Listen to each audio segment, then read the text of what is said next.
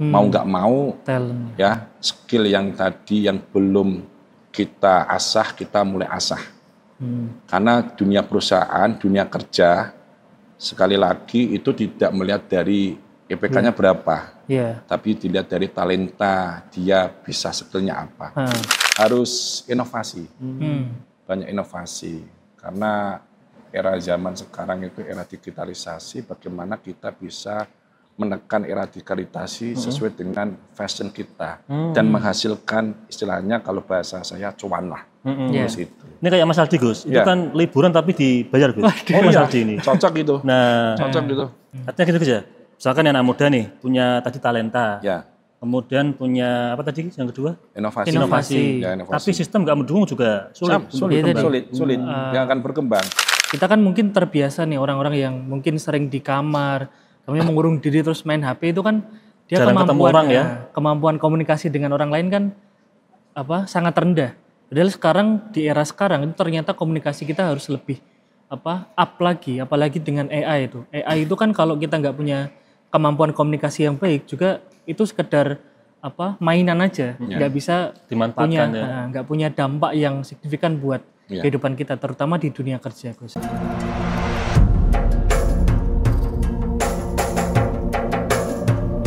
Assalamualaikum warahmatullahi wabarakatuh. Assalamualaikum. Alhamdulillahirabbil alamin wa bi nasta'in ala umurud dunya waddin sayyidina wa maulana Muhammadin wa ala alihi wa sahbihi ajmain.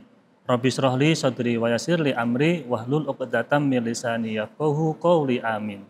Pemirsa MCT TV, para penonton, sahabat ngopi dan pendengar audio Dais dimanapun Anda berada.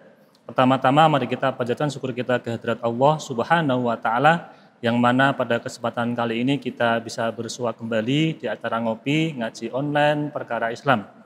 Kedua kalinya sholawat dan salam semoga tercurahkan dari Nabi Agung kita Nabi Muhammad SAW.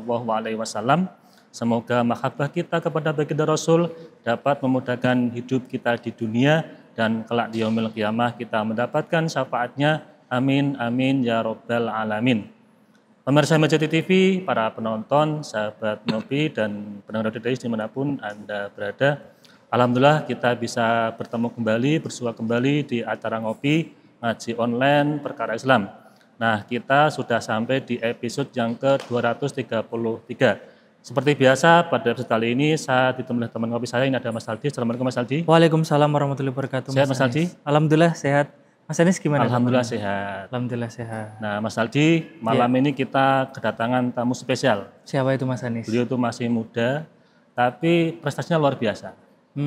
Beliau adalah Gus Sitkon Prabowo. Assalamualaikum Gus. Waalaikumsalam, Mas Anis. Sehat Gus? Alhamdulillah sehat, Mas Anis sehat. Alhamdulillah sehat. Alhamdulillah sehat, Gus. Nah, Mas Aldi ini saya kenalkan beliau. Beliau itu sekarang jadi ketua Ansor Jawa Tengah Gus. Ya. Terus di pendidikan, beliau juga termasuk dekan Fakultas Hukum Unwahas. Termasuk beliau juga pengasuh Pondok Pesantren As-Sodokiyah Semarang, ya. Luar biasa kan Mas? Lengkap ini. Nah, Mas Aldi, malam ini beliau kira-kira ke sini kita mau bahas tentang tema apa ini? Ya, ini mungkin berhubungan juga dengan beliau Mas Anis. Tadi kan juga tentang kepemudaan ini Mas Anis.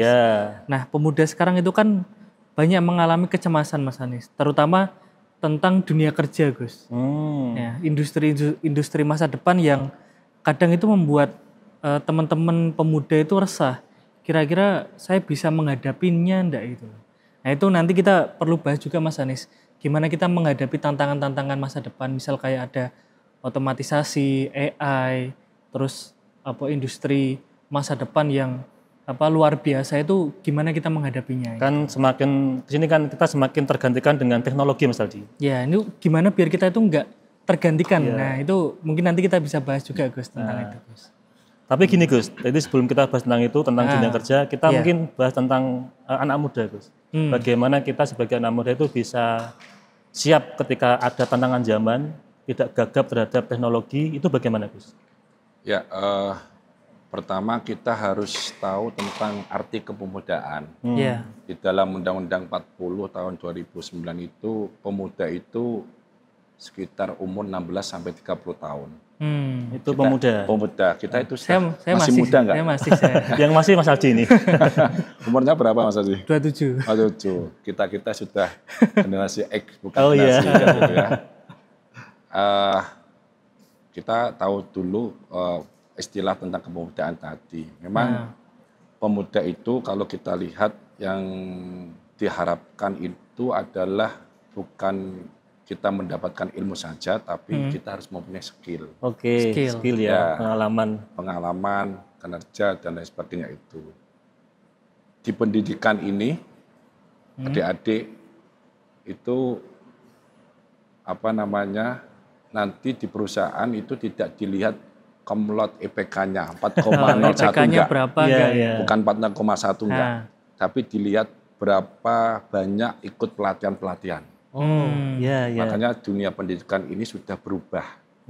Tidak hanya menerapkan ilmu yang kita dapat, tetapi bagaimana mengasah skill yang ada di dalam mahasiswa-mahasiswa anak-anak. Jadi skill itu yang dibutuhkan oleh dunia kerja ya? Ya, dunia kerja itu. Ini penting sekali karena dunia kita berbeda dengan dunianya beliau. Sekarang gerak cepat sekali. Dulu kita kalau mau mencari informasi harus membaca buku referensi dan sebagainya. Gitu. Sekarang tinggal Mbah Google itu langsung muncul, Syekh Google langsung muncul semua. Apalagi era AI itu. AI itu luar biasa. Luar biasa itu. Kinerja kita harus berubah. Segmen kita juga harus berubah. Semua harus menyesuaikan zaman. Berarti gini Gus ya, anak muda hari ini terutama Gen Z itu Mas Aldi ya. Itu harus ikut zaman atau zaman yang harus ikut kita Gus? Ya harus menyesuaikan zaman. Menyesuaikan ya. Harus mempersiapkan diri. Mau nggak mau kinerja anak muda sekarang itu nggak mau rekoso. Iya, manja Gus. Manja ya, beda dengan kita ya Mas ya. Bahkan sekarang anak muda itu tidur di kamar, kerja di kamar sudah menghasilkan cuan yang banyak. Kita itu gajinya berapa kinerjanya kayak gini? Kalah dengan yang sekarang anak muda ya. Harus inovasi, banyak inovasi.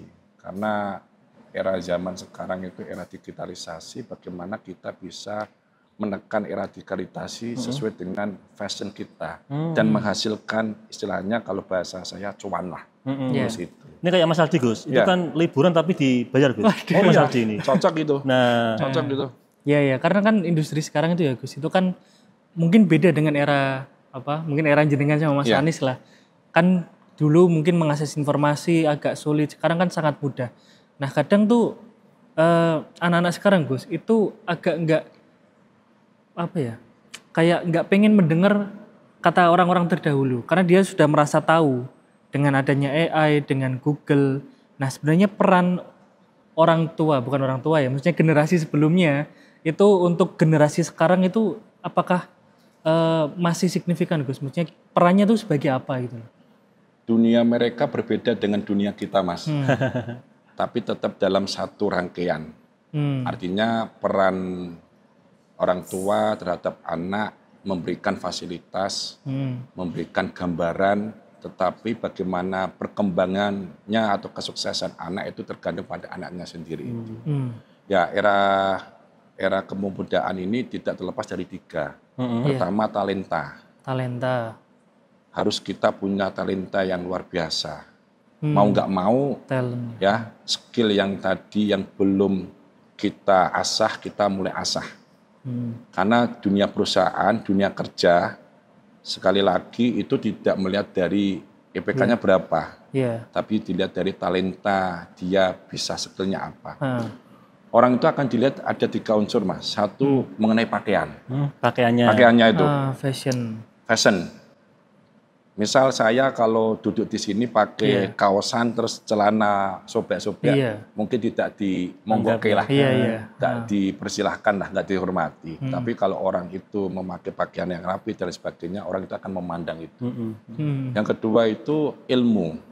Ketika sudah memakai pakaian yang pantas, yang rapi, nanti dilihat apakah orang ini punya ilmu atau enggak. Ketika orang itu punya ilmu, itu akan dihormati. Dan yang ketiga ini skill. Ya, ilmu tanpa skill itu bagaikan ketika kita menembung cewek ditolak. Ya, ditolak. Ya. Tapi skill tanpa ilmu sama aja hampa, ruang hampa itu. Itu gambarannya gitu. Berarti dua sepasang ya harus saling melengkapi ilmu dan skill. Jadi talenta tadi. Yang kedua adalah mengenai inovasi. Ya, sekarang era inovasi. Bagaimana memberikan hal-hal yang baru, up to date. Kalau bahasa orang Semarang itu jangan katrok lah, jangan katrok itu. Up to date, inovasi terbaru, seperti inilah. Kita selalu bagaimana bisa memberikan gambaran-gambaran yang baru, orang itu melihat akan senang. Apalagi dalam dunia kerja, itu akan dituntut bagaimana memberikan inovasi-inovasi baru terhadap perusahaan itu atau di dalam dunia kerja.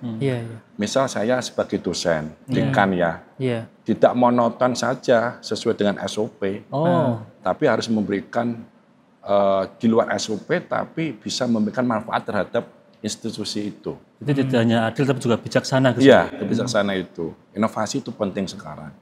Yang ketiga adalah mengenai masalah public policy, yaitu kebijakan. Kalau dua tadi antara talenta dan inovasi, tapi tanpa didukung oleh kebijakan masa kini, kita tidak punya giroh semangat itu. Makanya kita harus punya 3 untuk mempertahankan diri kita itu. 1, talenta tadi, kedua inovasi, dan yang ketiga adalah kita menyesuaikan kebijakan inovasi, kebijakan policy tadi. Ini penting sekali untuk anak-anak muda. Kalau anak muda hanya sesuai dengan SOP, ya nggak bakal akan tenggelam dengan zaman. Artinya gitu saja. Misalkan anak muda nih punya tadi talenta. Kemudian punya apa tadi yang kedua? Inovasi. Ya, inovasi. Tapi sistem nggak mendukung juga sulit. Yang akan berkembang. Makanya 3 faktor tadi itu saling berkesinambung. Kebijakan bagus, tapi tidak didukung oleh talenta sama inovasi, ya sama aja. Kebijakan bagus, tapi SDM rendah kan gitu. SDM sama itu. Makanya 3 tadi penting itu.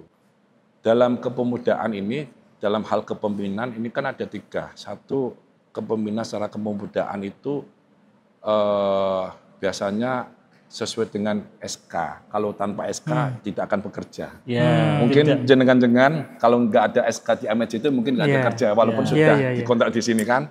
Belum resmi Gus ya. Makanya tanpa SK itu kita bisa berinovasi, memberikan program terbaru. Kedua, biasanya kalau anak muda dalam kepemimpinan ini biasanya sesuai dengan SOP. Kalau sesuai dengan SOP monoton. Ya, betul. Monoton. Yang ketiga ini kalau bahasanya Mas Anies, seorang pemuda itu atau pemimpin itu harus punya firosah. Firosah itu insting di mana kedepannya mungkin 5 tahun atau 10 tahun kita akan menghadapi apa yang terbaru nggak tahu. Jadi punya pandangan jauh ke depan. Ya, jauh ke depan, visioner. Coba zaman kita Mas, ya kita kan nggak pernah tahu kan sekarang eranya cepat sekali. Iya betul Gus. Ya, tapi era cepat, era digitalisasi itu kan juga bisa mengakibatkan hubungan silaturahmi itu jadi renggang. Tuh. Saya contohkan gini. Saya itu suka kalau di rumah itu kalau ada anak-anak main ke rumah, itu saya agak nakal sedikit lah. Jahilin itu Gus. Ya, celana anak-anak itu saya pelorotke.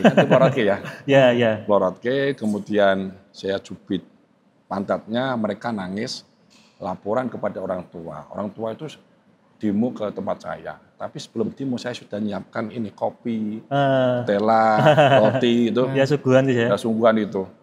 Bilang, kenapa Mas? Kalau anak saya dicubit. Lo kalau nggak kayak gini nggak ketemu sama sampean Pak. Ya, gitu. Oh itu trik Mas Aldi. Ya trik. Iya. Biar kita saling ketemu, saling ini cinta guru gitu ya. Mereka terus balas dendam Mas. Ijtima lah. Bikin ijma, mereka itu membakar sampah. Saya tuh kan nggak suka sampah. Sampah itu dibakar bersama-sama, asapnya ke rumah saya. Saya keluar, Pak jangan bakar sampah. Oh kalau nggak gini nggak ketemu arah sampean Mas Arif gantian ngopi gitu ya. Tapi ya itu sisi positif dan negatifnya. Tapi tadi inovasi, talenta, kebijakan ini harus ada kesinambungan.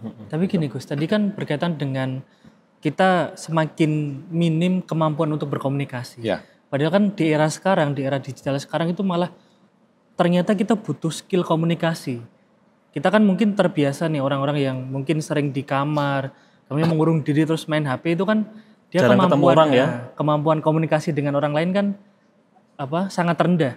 Padahal sekarang di era sekarang itu ternyata komunikasi kita harus lebih up lagi, apalagi dengan AI itu. AI itu kan kalau kita nggak punya kemampuan komunikasi yang baik juga itu sekedar mainan aja, nggak bisa nggak punya dampak yang signifikan buat kehidupan kita, terutama di dunia kerja, Gus. Nah, sebenarnya di dunia kerja sekarang itu yang dibutuhkan, yang gampangnya untuk dilatih untuk anak muda sekarang itu apa, Gus? Biar kita itu siap untuk menghadapi tantangan masa depan gitu. Ya kita Mas, gini, Indonesia itu di tahun 2030 itu akan mendapatkan bonus demografi ya. Iya. Nanti kita akan urutan nomor 7. Di tahun 2045 kita nomor 3 secara bonus demografinya itu. Tapi sebelum tahun 2045, bagaimana 5 ke depan itu, tahun 2030 kita harus mempersiapkan. 5 tahun ini ya. Mungkin Mas Anies sama saya tahun 2045 sudah umur 70 tahunan ya Mas ya, anak-anak ya. Mungkin sampean masih muda lah. Ya dalam dunia perusahaan ini yang harus diperhatikan oleh anak-anak muda. Pertama, tadi kita punya critical thinking. Critical thinking itu gitu artinya kita bisa membedakan antara ini fakta apa hoax. Kritis Gus ya. Okay. Sekarang itu kan media sosial, kita kan terpengaruh oleh berita-berita yang belum tercover, belum dikonfirmasi. Ya kita harus mempersiapkan itu. Perusahaan ini yang tadi sekali lagi tidak melihat dari jurusan apapun, tapi bagaimana era sekarang, era digitalisasi melihat dari skill pelamar anak muda, punya skill, punya kelebihan, punya tren positif apa yang akan dilihat itu. Era zaman Mas Anies sama saya beda. Sekarang orang di rumah itu ya bisa menghasilkan uang, menghasilkan fulus, menghasilkan cuan itu. Tadi critical thinking. Kedua, kita harus punya sebuah problem solving. Ya, jadi setiap anak muda itu tidak membicarakan sesuatu yang buruk, tapi bagaimana ketika kita ketemu sama orang dalam berkomunikasi memberikan hal-hal yang baru. Ada solusi-solusi yang bisa solusi. Nah, mungkin kayak gini Mas Adi, kita jangan ketemu gibahin orang atau gibahin sistem, tapi kita harus diskusi. Ini gimana caranya biar memperbaiki ini gitu ya, Guys. Sekarang komunikasi sangat perlu. Bagaimana komunikasi skill itu ya cara berbicara. Orang akan paham itu akan dilihat dari mana dia itu cara berbicaranya. Dan kita pasti kalau bicara dengan lawan bicara kita, itu kita ya juga melihat orang yang diajak bicara. Masa saya sama anak SD bicara tentang demografi itu apa? Demografi nggak nyambung, nggak relate itu. Nggak relate itu. Artinya kita ya sesuai.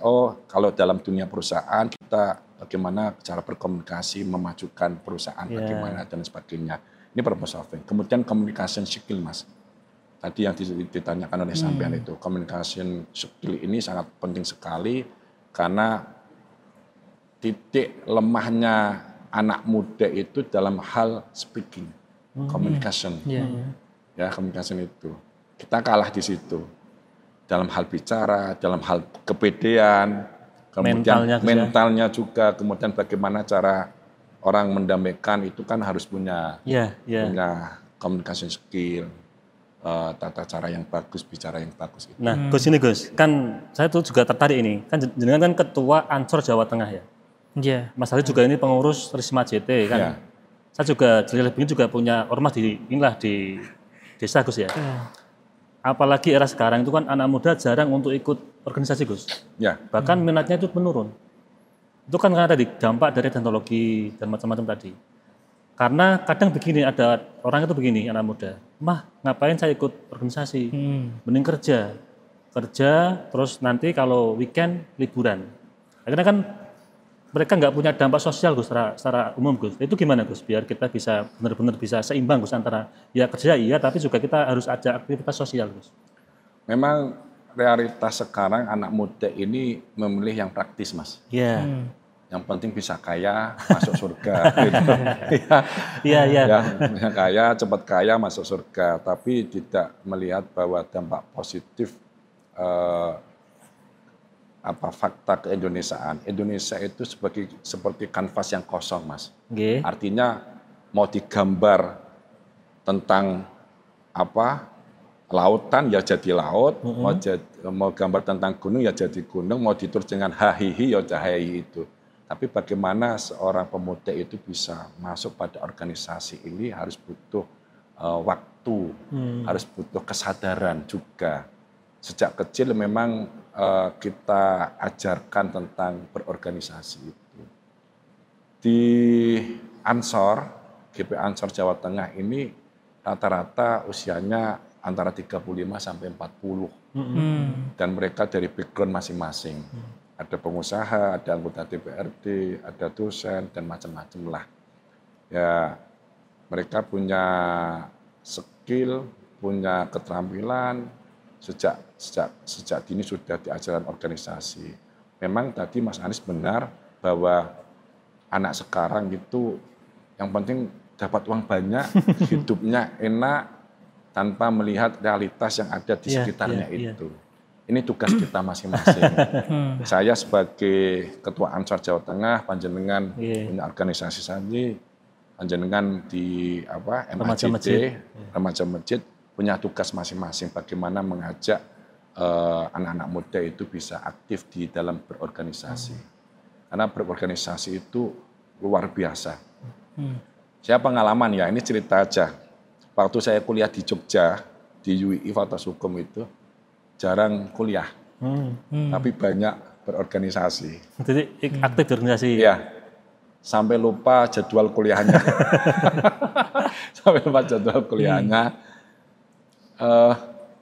Sempat ada niatan untuk kuliah, sudah rapi lah sama teman, ke kampus ternyata sepi. Ternyata apa? Hari Minggu, nggak tahu hari Minggu gitu. Ya ini harus ada sisi yang seimbang ya antara kita suka berorganisasi, kita suka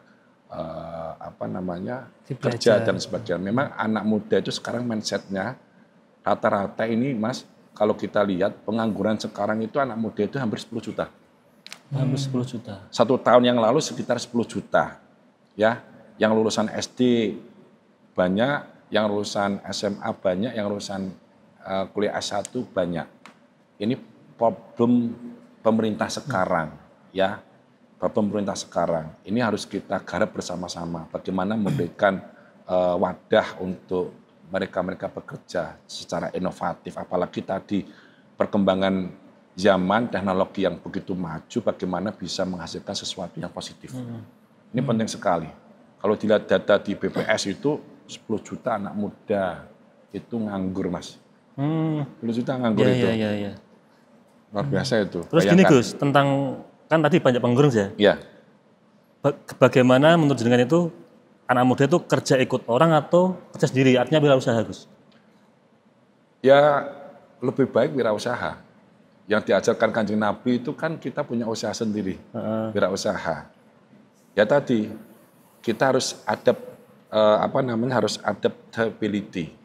Harus menyesuaikan zaman. Kalau kita tidak bisa menyesuaikan zaman, kita akan dibunuh oleh zaman. Kan saya juga lihat postingannya jenengan itu kan sering keliling kota di Jawa Tengah, kemudian ngelihat teman-teman Ansor punya usaha apa, terus kemudian jenengan posting itu kan, itu bagian dari memang solusi untuk hari ini anak muda itu ya. Untuk hari ini ketahanan pangan sesuai program pemerintah, terus apa yang sudah diinstruksikan oleh Ketua Umum GP Ansor PP. Itu bagaimana bisa kita punya wirausaha, kemandirian ekonomi kreatif itu. Memang anak muda itu sekarang coba jangan bayangkan, anak muda sekarang senang jadi PNS atau enggak? Iya. Ya, itu jadi rebutan itu Gus. Iya. Dalam PNS itu. Kalau saya enggak. Beda dengan zaman kita, Mas. Zaman kita itu PNS harga mati, wajib. Tapi sekarang anak muda itu malah memilih usaha sendiri.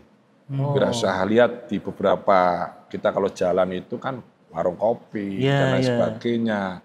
Es teh jumbo ASN itu kan pilihan kedua atau pilihan ketiga. Mungkin beliau ini nggak mungkin bisa jadi ASN. Tapi eranya sekarang beda, Mas. Kalau saya panjenengan itu dulu ASN itu harga mati, wajib. Ya, tapi sekarang beda. Itu buktinya Mas Aldi itu jalan-jalan sambil kerja itu kan dibayar tuh kan? Iya, dibayar. Paling enak kayak gitu. Saya mungkin ya mau ngikuti aja. Sambil juga jalan-jalan. Sambil traveling. Ngopinya jauh, dapat gaji.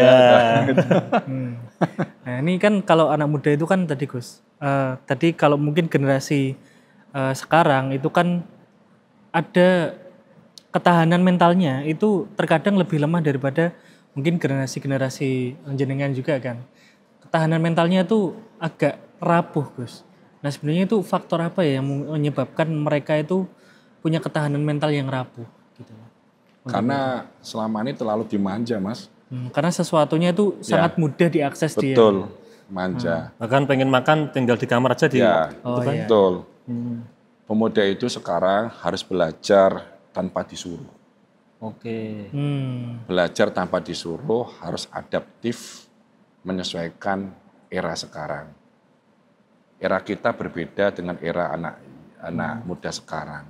Ya, makanya mau nggak mau anak muda, pemuda sekarang ini bagaimana bisa melihat perkembangan zaman ini harus kita adaptif. Besok mau apa, 5 tahun ke depan mau jadi apa, 10 tahun ke depan bagaimana kondisinya harus menyesuaikan. Ya, tadi ketahanan mental ini karena sering dimanja, lebih praktis orang bisa mendapatkan apapun tanpa ada proses, orang tua proses rekoso itu ya Mas ya. Dulu kan gitu Gus, kita mau makan harus pergi kemana dulu, ke warung. Sekarang kan enggak, tinggal di rumah aja nanti diantar makanannya. Itu hal baik Mas, bisa menghasilkan sesuatu yang positif. Iya. Kenapa Gus? Iya, era sekarang seperti itu. Tapi mindset pemuda itu karena adanya sesuatu yang praktis, dimudahkan ya? Dimudahkan, tanda kutip orang Jawa bilang itu malah keset. Malah keset, malas itu. Tapi kalau orang yang punya ide kreatif, itu sesuatu peluang. Bisnis yang luar biasa. Peluang usaha itu. Gitu.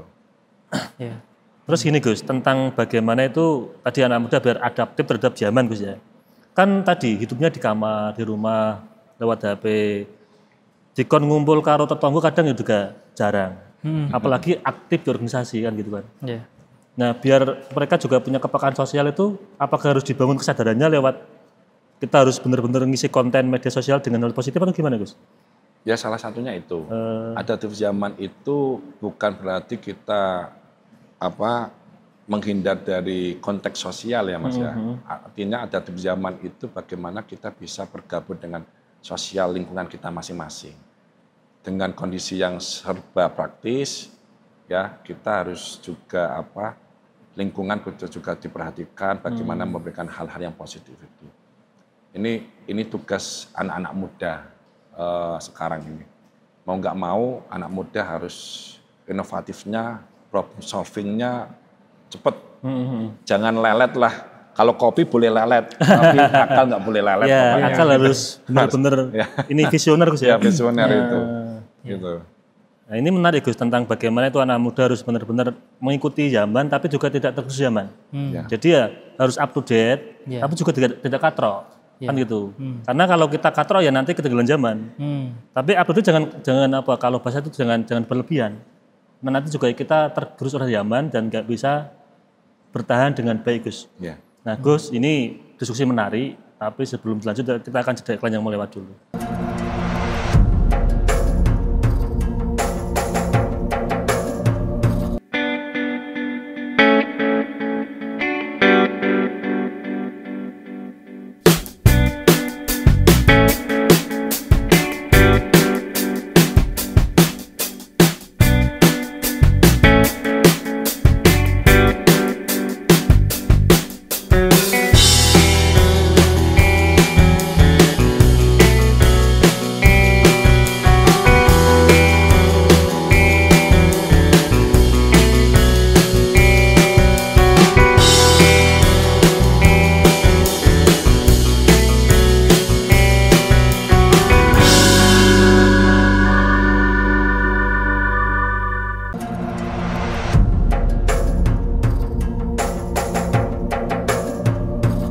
Pemirsa MCT TV, para penonton, sahabat ngopi, dan pendengar Audio Dais dimanapun Anda berada, kita kembali lagi di acara ngopi ngaji online perkara Islam. Ini bersama Gus Sidkon dan Mas Aldi. Nah Gus, tadi menarik kita bahas tentang anak muda, kemudian dunia kerja. Ini Mas Aldi katanya mau pengen curhat tentang bagaimana menjadi anak muda yang aktif di organisasi juga tapi bisa kerja. Iya, karena kan sekarang kan anak muda itu Gus, itu minat untuk ke organisasi itu sangat rendah. Apalagi mungkin ada orang yang sudah masuk ke organisasi, tapi ketika dia dihadapkan dengan rutinitas organisasi, mereka itu kurang punya tanggung jawab yang lebih.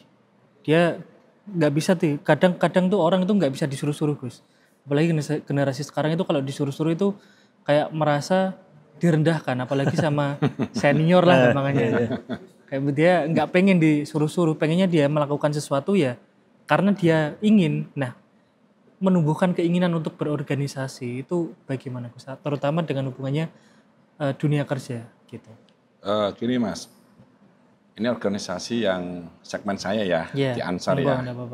Dalam berorganisasi itu sudah selesai pada dirinya sendiri Mas. Oh, artinya orang yang ikut organisasi harus sudah selesai dengan diri sendiri? Ya, mereka sudah punya maisah, sudah punya penghasilan yang cukup. Mereka sahabat-sahabat Ansar ini tidak mencari sesuatu dari organisasi. Ini bedanya organisasi yang satu dengan yang lain itu. Ya, tapi gini Mas, memang ini problem kita ya untuk anak muda, bagaimana kesadaran untuk berorganisasi lebih memilih mencari uang, mencari fulus, mencari cuan yang banyak lah. Memang ada gesekan eranya saya dengan eranya jenengan, eranya Mas Anies dengan eranya jenengan itu. Gesekannya apa? Kita di era X itu kita sosialnya sangat peka sekali. Betul. Tapi generasi Z ini terlalu lebih praktis. Ya bagaimana memberikan kesadaran supaya ikut organisasi biar tidak hanya mencari sesuatu aja. Ya kita kembali lagi pada kesadaran diri kita sendiri. Kalau orang berorganisasi, manfaat berorganisasi itu ya kita menambah networking, jaringan, relasi teman dan lain sebagainya. Ini manfaat yang luar biasa. Kita sambil sharing, yang belum dapat kerja bisa sharing, bisa membuka peluang kerja dan lain sebagainya itu. Tapi ya kembali lagi kesadaran pada diri kita, mental kita berorganisasi ini ya kalau nggak punya kesadaran yang dari dalam ya kita akan nol lagi. Padahal berorganisasi itu menambah talenta kita. Betul. Menambah talenta kita, mengasah skill kita. Yeah. Semakin kita banyak berorganisasi, semakin networking kita dapat, relasi kita dapat, semakin mengasah bagaimana memberikan aplikasi ilmu dan amal ini jadikan satu ini. Kan juga ini Gus ya, ketika kita aktif berorganisasi itu kan banyak kegiatan Gus ya. Secara otomatis kan punya pengalaman tentang kegiatan itu. Dan mungkin juga bisa menumbuhkan inovasi-inovasi baru juga. Karena kan kadang kalau di organisasi ada beberapa masalah lah yang berhubungan dengan masyarakat atau organisasi sendiri juga kan. Itu mungkin juga bisa memunculkan inovasi baru juga. Ya, di Ansar ini kita punya beberapa departemen Mas. Ada departemen ekonomi kewirausahaan. Kemudian ada Rijalur Ansor juga. Kemudian ada ketahanan pangan juga sesuai dengan platform yang digarisbesarkan oleh pemerintah itu. Kita itu di Ansor kemarin kita sudah ada program pemagangan ke Jepang. Magang ke Jepang. Ansor Banser itu. Kami latih sebelum berangkat ke Jepang, kami latih mengenai skill bahasa, etika yang ada di Jepang bagaimana, dan macam-macam lah. Kemudian pelatihan kopi, ada banyak sekali kader-kader Ansor Banser yang ada di Jawa Tengah punya potensi-potensi itu. Dan itu memberikan efek positif pada masyarakat. Kita itu berorganisasi itu sebagai Khodimul Ummah. Khodimul Ummah itu adalah sebagai pelayan masyarakat. Ya, bagaimana kita bisa hadir dalam masyarakat itu. Bahkan rencana kami itu punya semisal untuk membantu renovasi rumah terhadap kader-kader atau masyarakat yang tidak mampu. Ini program yang kami canangkan banyak sekali. Iya. Untuk ya tadi sebagai khadimul ummah bagaimana memberikan manfaat kepada masyarakat itu sendiri. Kan wajar juga karena kalau beliau itu setiap hari keliling kota, Mas. Karena kan ngurusi se-Jawa Tengah kan juga. Iya, se-Jawa Tengah kan lumayan besar juga kan. Nah, bukan besar aja, tapi luas juga. Iya. Itu kan kalau kita berbicara tadi tentang program-program organisasi dan lain sebagainya, Gus. Itu kan pasti harus disesuaikan dengan kondisi yang ada. Namanya kebutuhan lah. Tadi kalau seperti magang di Jepang, kalau saya lihat di Jepang itu kan perkembangan teknologi robot, otomatisasi dan lain sebagainya itu kan sangat pesat kan. Karena bahkan kalau di Jepang itu saya baca itu mereka kekurangan pemuda. Di sana itu usia-usia lansia itu paling banyak, Mas. Dan robot-robot itu dikembangkan malah untuk merawat lansia. Ya, betul. Gitu loh. Nah, kita kan sebenarnya punya potensi yang sangat luar biasa. Tadi ada bonus demografi. Itu kan usia-usia kerja yang produktif dan sebenarnya kita punya potensi ke jadi negara maju, Mas Anies. Nah, itu gimana, Gus? Biar kita itu punya skill-skill yang dibutuhkan di masa depan dan kita bisa menuju gamanya kalau ada yang ngomong Indonesia emas gitu lah. Nah, itu skill-skill apa yang perlu kita terapkan saat ini, Gus? Ya mau tidak mau dari kurikulum yang ada pada sekolah. Sekolah. Ya. Oh, lewat pendidikan dulu. Pendidikan. Kita tidak hanya mentransfer ilmu saja, tapi bagaimana memberikan mengasah skill. Selama ini kan pendidikan kita itu kan jarang transfer ilmu saja ya. Iya. Jarang sekali. Mungkin bisa dari kurikulum lewat mulai dari SMP, SMA yang cocok dengan kondisi kearifan lokal yang ada pada kota masing-masing. Kemudian kampus sekarang sudah menyesuaikan juga. Ada program magang, kemudian ada skill pelatihan ketika mau lulus harus memenuhi beberapa item-item, harus mengikuti pelatihan-pelatihan yang baru. Mungkin dari situ, Mas. Nah, kalau saya melihat kurikulum kita harus berubah. Iya. Bahkan di pesantren ini yang cocok menurut saya. Oh, di pesantren. Paling cocok untuk siap. Kalau di pesantren jenengan ada. Kalau pesantren itu selain tarbiyah juga ada kita tidak hanya mentransfer ilmu tapi bagaimana memberikan keluasan para santri untuk adaptif, menyelesaikan zaman. Ada kemandirian yang dilatih. Kemandirian juga. Pesantren harus kemandirian, harus punya maisah sendiri yang tidak hanya mengandalkan proposal. Iya, betul. Oh iya. Sumbangan. Ya, gitu enggak. Itu enggak boleh itu.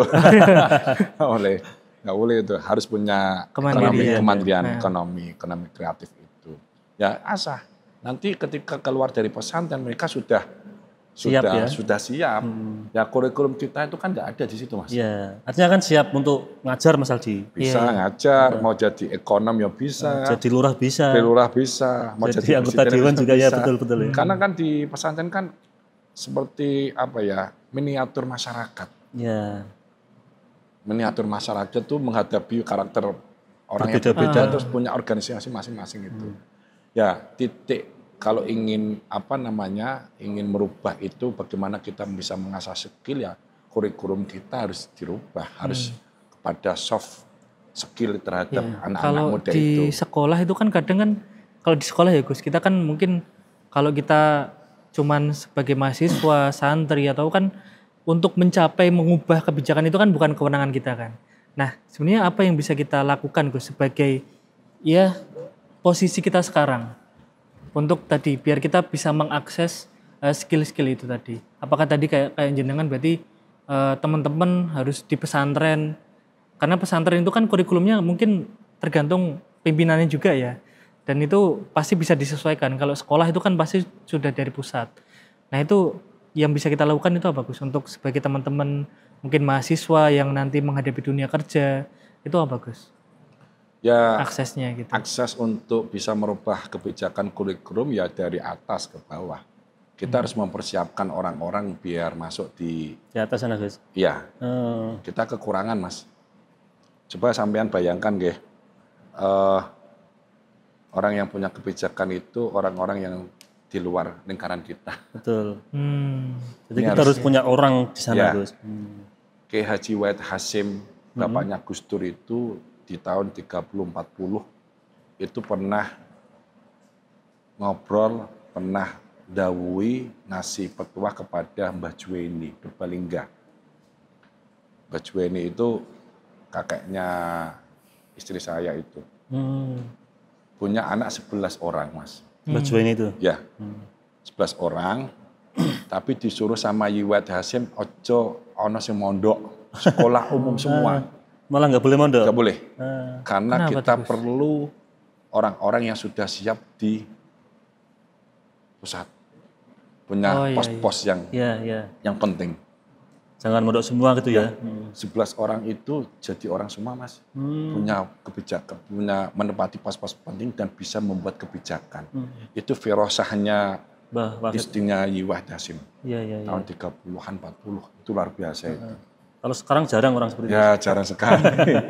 Mungkin kurang ngopi apa gimana. Iya. Nah, Gus, tadi kan ini di dunia yang sangat masif teknologi ya, dan kita sangat rentan untuk digantikan.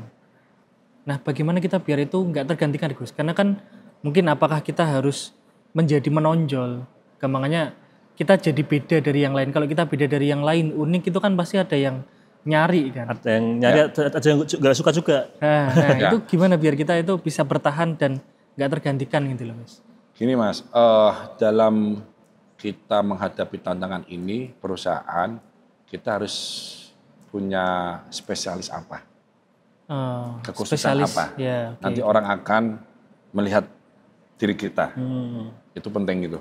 Ya. Tapi dalam berorganisasi itu kepemimpinan yang terbaik adalah kepemimpinan yang bisa mencetak pemimpin yang baru. Oke. Beda. Ya.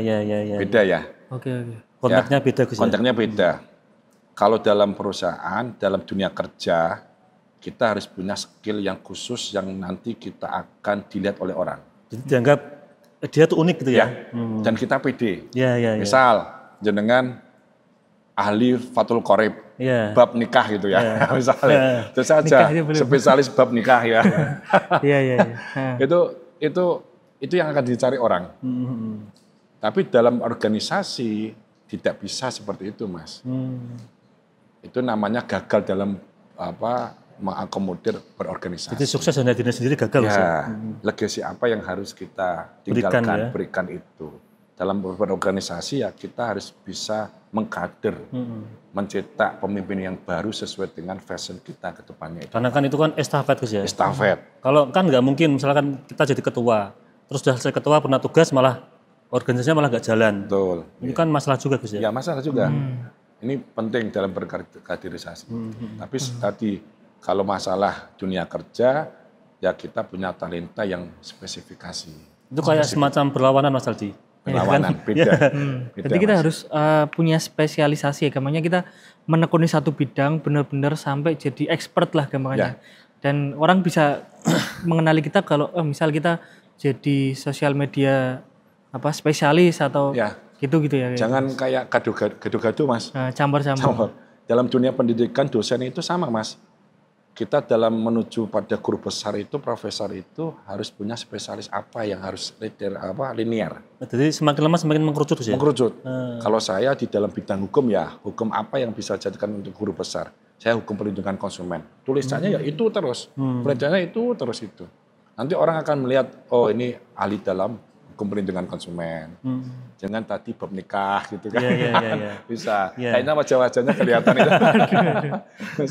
Kenapa tukang nikah? Bukan. Ini mau nikah, Gus. Insya Allah. Amin. Nah, tapi kalau di dunia sekarang nih, Gus, kan ini kan eranya kan sangat luas ya. Dan banyak disiplin-disiplin baru yang muncul. Apakah kemudian kita jadi eksklusif, Gus? Misalnya tadi saya cuma bab nikah ya, wes aku eksklusif di bab nikah aja, atau kita bisa tuh mempelajari lintas disiplin juga?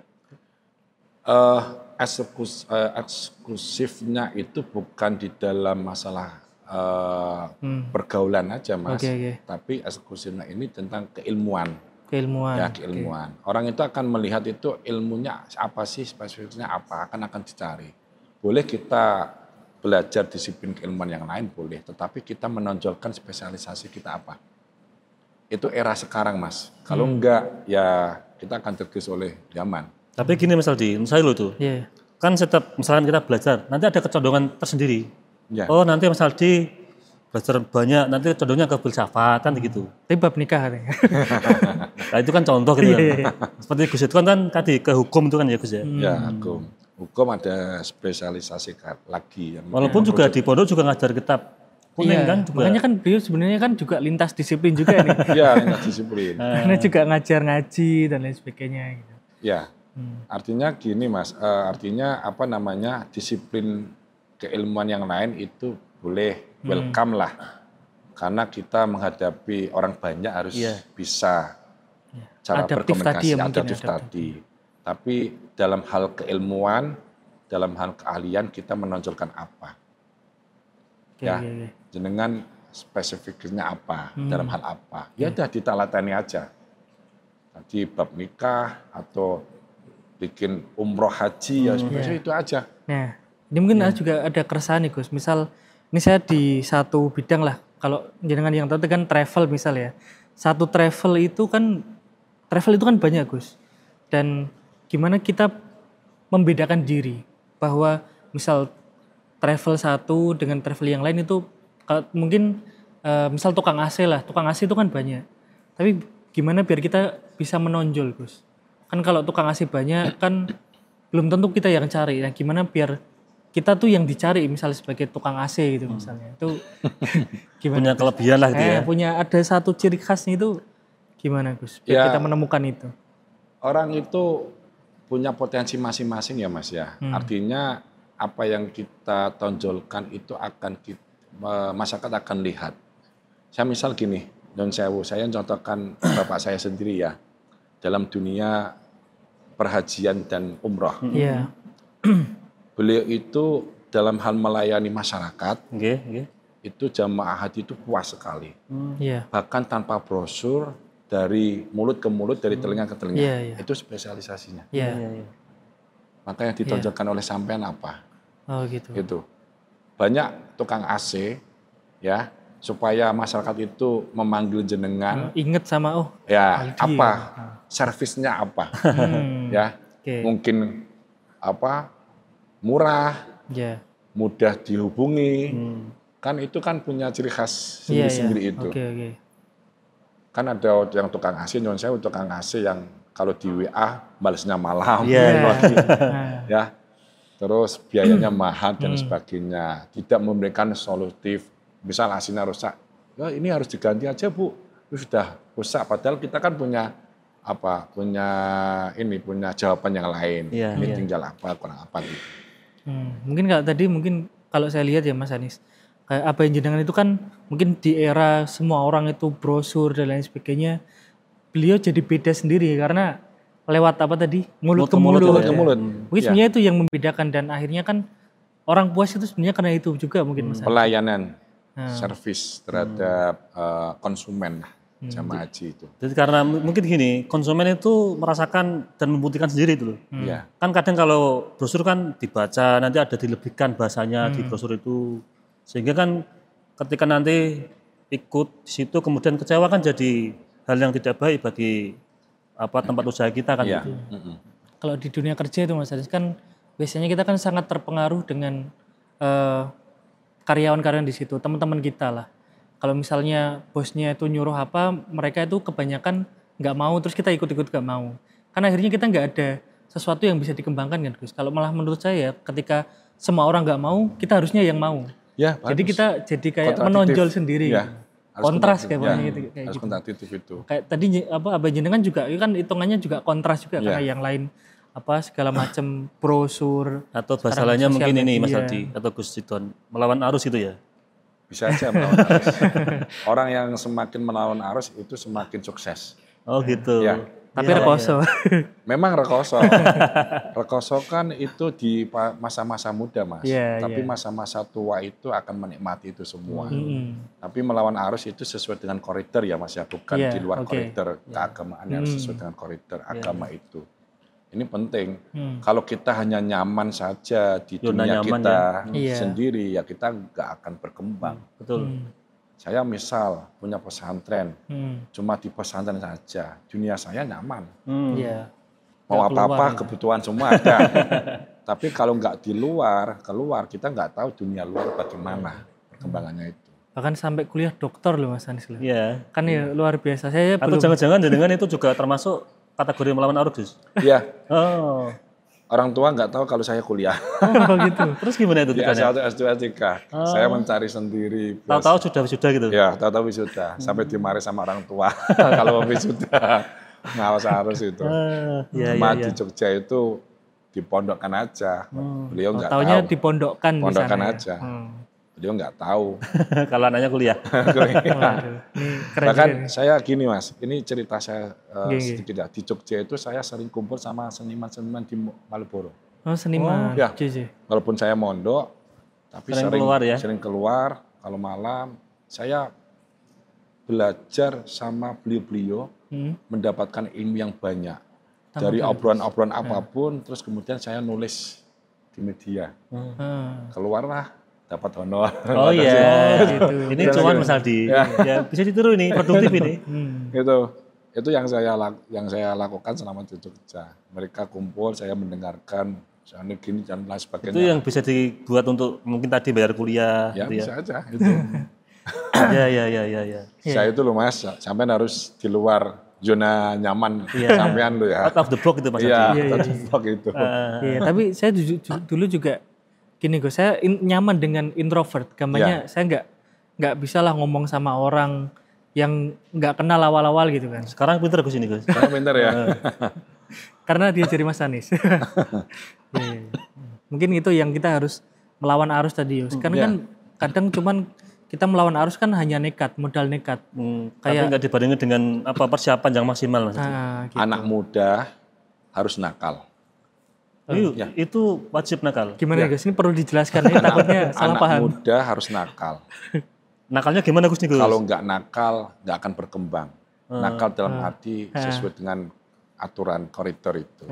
Harus berani di luar konteks, harus berani di zona nyaman. Harus nakal. Kata guru saya tuh Gus, kamu nakal tidak apa-apa tapi harus sopan. Ya bisa aja. Gimana sopan? Bisa. Harus nakal. Artinya punya ganggu gitu loh. Nakal nakal secara ideologinya. Liar itu ya. Liar, nakal dalam berimprovisasi, berinovasi, adaptif itu harus gitu. Kalau nggak nakal nanti cepat-cepat jadi NU nanti.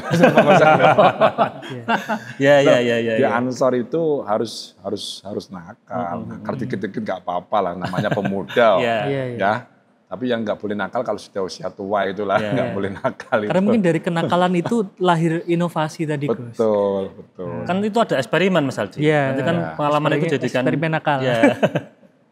Coba sampean bayangkan itu Mas, yang membuat Facebook, Microsoft dan lain sebagainya, itu kan di luar kenakalan itu, berani melawan arus. Termasuk kan yang dengan baca terus Mas Aldi, Einstein, terus banyak filosof itu kan juga melawan arus banyak itu.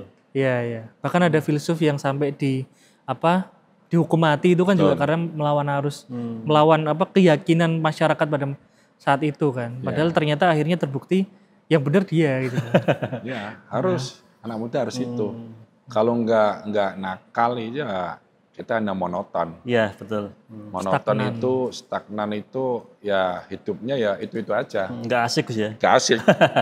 Pagi teh, kita kan macam-macam. Pagi bisa pilihan kopi, bisa ngeteh, bisa air putih, bisa es teh, macam-macam. Itu kan inovatif pilihan kita. Yang penting kan kita nyaman dengan kehidupan kita itu ya. Ya, kenakalan itu harus disesuaikan dengan fashion kita. Oke, ini yang paling penting ini. Fashion kita itu apa? Yang harus kita asah. Masa kok gini Mas Aldi, punya sakit mah tapi kok ngopi itu kan ya sesuai dengan fashionnya. Enggak.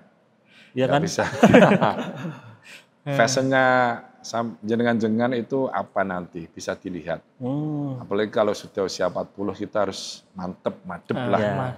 Ya. Itu. Jadi kita sebelum menjelang 40 tahun harus benar-benar punya fashion yang harus kita dapatkan. Kita menemukan dulu. Harus menemukan dulu. Nanti kita bikin program ke depannya apa. Oh ini fashion saya seperti ini. Atau bahasanya gini Mas Aldi, sebelum 40 kita nakal dulu. 40 ke atas kita tobat itu. Nggak dikei umur dawa. Semoga kita diberikan Gus, terakhir Gus. Ya. Ini kan tentang anak muda, kemudian tentang tantangan zaman. Sekarang kan lagi krisis ekologi. Bencana di mana-mana. Termasuk wilayah saya nih Gus. Banjir itu kan sering itu setiap hari itu. Saya tuh sama. Ya. Iya benar. Gimana Gus ini sebagai anak muda harus seperti apa biar bisa ya minimal menanggulangi hal seperti itu? Kita harus sadar tentang lingkungan. Oke, ya. Di Ansor ini ada program ada program kesadaran lingkungan. Bagaimana kita sadar dalam lingkungan untuk bisa memanfaatkan supaya lingkungan kita itu tidak terkena bencana itu. Ya, banyak yang menanam apa itu?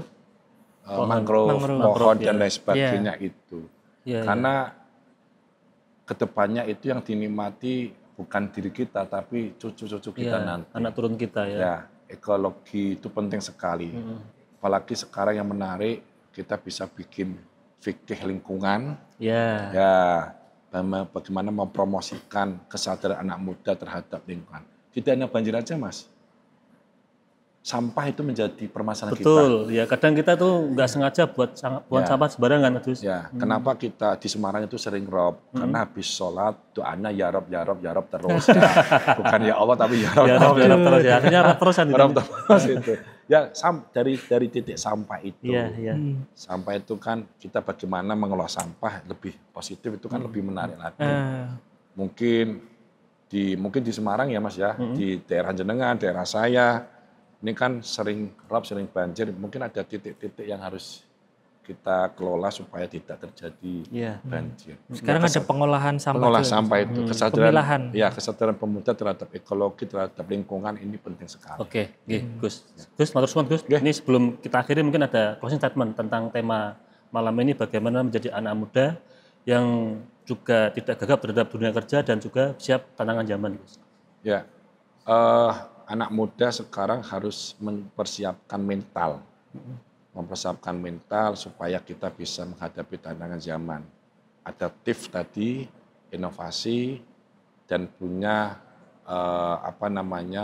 keberanian terhadap tantangan zaman ke depan. Jangan cengeng. Oke. Ya, jangan manja. Eranya saya dengan panjenengan itu sudah berbeda. Cara belajarnya saya dengan panjenengan juga sudah berbeda. Maka bagaimana kita bisa menyelesaikan zaman dengan keberanian. Kesuksesan suatu bangsa atau negara itu tergantung pada pemuda. Oke. Ya, apalagi kita mendapatkan bonus demografi di tahun 2045 kita akan menjadi negara emas. Bagaimana mempersiapkan itu tergantung pada diri kita masing-masing. Oke, suwun Gus ya atas waktunya. Mas Aldi, terima kasih sudah menemani kita ngopi. Sama-sama Mas Anies. Pemirsa JTV, para penonton, sahabat ngopi dan pendengar dari dimanapun Anda berada. Demikian ngopi pada episode kali ini. Saya selaku host, banyak salah, banyak khilaf, mohon maaf yang sebesar-besarnya. Akhirul kalam, assalamualaikum warahmatullahi wabarakatuh. Waalaikumsalam.